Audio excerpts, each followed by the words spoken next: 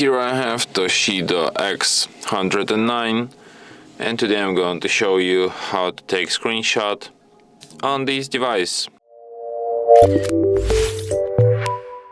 So to do this, all you need to do is to just hold down power key plus volume down at the same time for about a second like this. And that's how you can take screenshot. So let me show you once again. Power key, volume down. And that's how you can easily take screenshot.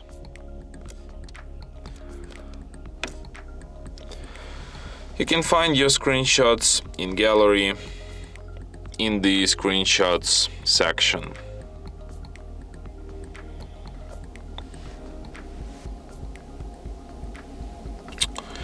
Can I not update it right now? Just see screenshots. And here they are. Okay, so from here you can share, edit or delete your screenshots.